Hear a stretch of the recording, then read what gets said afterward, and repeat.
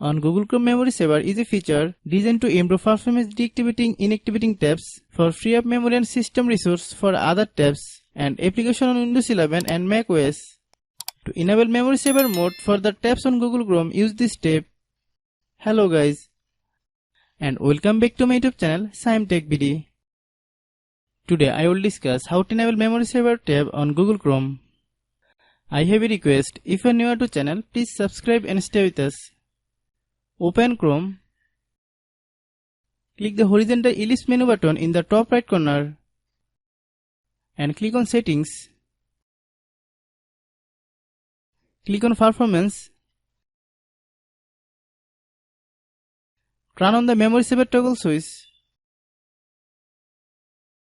Once you complete the step, the web browser will deactivate inactive tabs after some time of inactivity to free up memory and resource for other tabs. Hope you understand.